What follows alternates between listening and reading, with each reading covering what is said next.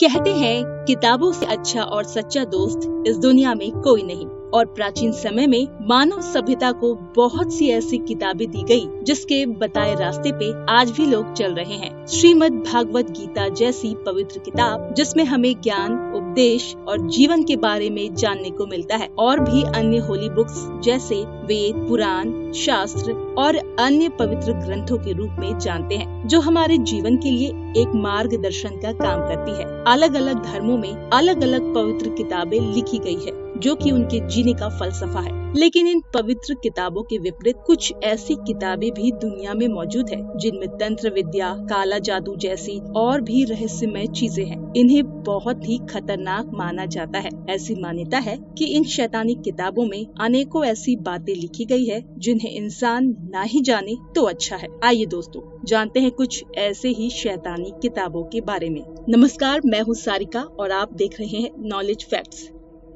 Codex Gigas, इसे लोग devil Bible के नाम से जानते हैं। मान्यताओं के अनुसार इसे 13वीं शताब्दी में एक बेनेडिक्ट ट्राइम मॉन्क द्वारा लिखा गया। ऐसा कहा जाता है कि इस मॉन्क ने अपने पद के कुछ नियमों का उल्लंघन कर दिया था, जिसकी वजह से बोहेमिया के राजा ने मॉन्क को दीवार में चुनवाने का आदेश दे दिया। दीवार पे चुनवाए जाते वक्त मॉन्क ने राजा के सामने एक प्रस्ताव रखा कि यदि राजा उनकी जान बख्श दे तो वो एक ऐसी किताब राजा को लिखकर देगा जिसमें दुनिया का सारा ज्ञान मौजूद है। राजा ने उस मॉन्क की बात मान ली और उसे वो सारे सामान मुहैया कराए जिनकी जरूरत किताब को लिखने में पड़ने वाली थी। लेकिन साथ ही साथ राजा की एक शर्त भी थी कि पूरी किताब एक रात के अंदर मॉन्क को लिखनी होगी। एक रात में ऐसी किताब लिखना जिसमें दुनिया भर के ज्ञान के साथ साथ बेशुमार रहस्य हो, ये आसान काम नहीं है। लेकिन मॉन्क ने शैतानी मंत्रों द्वारा लूसीफर का आवाहन किया और लूसीफर से अपनी आत्मा का सौदा करके मदद मांगी। आत्मा के सौदे के बदले लूसीफर ने मॉन्क की उस किताब को एक रात में ही लिखने में मदद की। ये किताब 36 इंच लंबी, 20 इंच चौड़ी और 8.5 इंच मोटी है। शुरुआत में जब ये किताब लिखी गई तो इस किताब में 320 पेज थे। गधों और घोड़ों की चमड़े का इस्तेमाल करके इस किताब के पन्ने बनाए गए थे। इसका वजन लगभग 34 किलो है। ये किताब मध्यकालीन युग की सबसे बड़ी हस्तलिपि में से एक मानी जाती है। इस किताब में डेविल के अनेकों अंशों और उपदेशों को लिखा गया है। कुछ पन्ने पलटते ही डेविल की 19 इंच लंबी तस्वीर बनाई गई है। इस तस्वीर में डेविल को अपने असली शैतानी रूप में दिखाया गया है।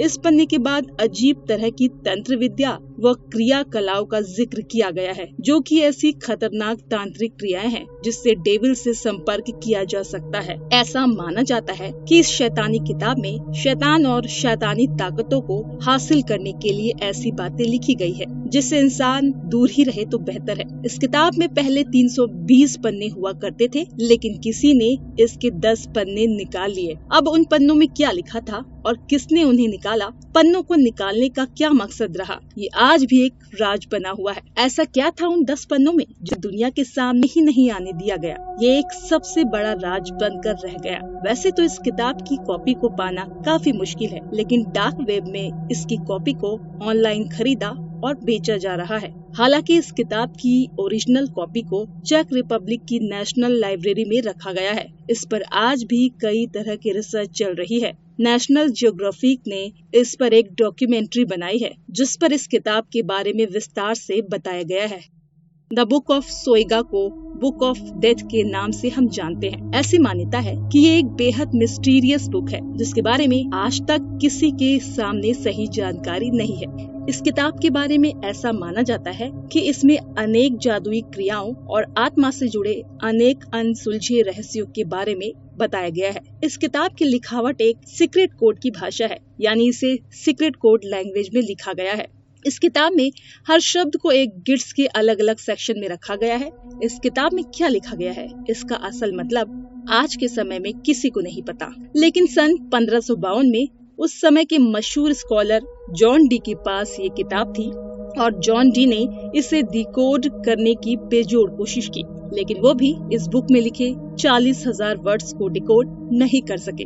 कुछ बहुत वो डिकोड करने के बाद ये जान चुके थे कि ये किताब पूरी तरह जादुई मंत्रों से भरी हुई है। जॉन टी ने इस किताब को डिकोड करने में सारी उम्र लगा दी और उनके मरने के बाद ये किताब जादुई रूप से गायब हो गई। इस किताब को एक विलुप्त किताब मान लिया गया, लेकिन सन 1990 में अचानक इस किताब को ब्रिटिश लाइब्रेरी के कोने में पाया गया और उसी समय के आसपास मॉडिलियन लाइब्रेरी ऑफ ऑक्सफोर्ड में भी इस किताब की एक कॉपी पाई गई। उन लाइब्रेरी के ऑफिसर्स का ये दावा था कि इससे पहले वो किताब उन लाइब्रेरी में नहीं थी। आपको अगर ऐसी किताब पढ़ने का मौका मिले तो क्या आप इन किताबों को पढ़ने की हिम्मत करेंगे? हमें कमेंट करके जरूर बताइएगा। अगले वीडियो में फिर आपसे मिलते हैं, तब तक जय हिंद, जय भारत।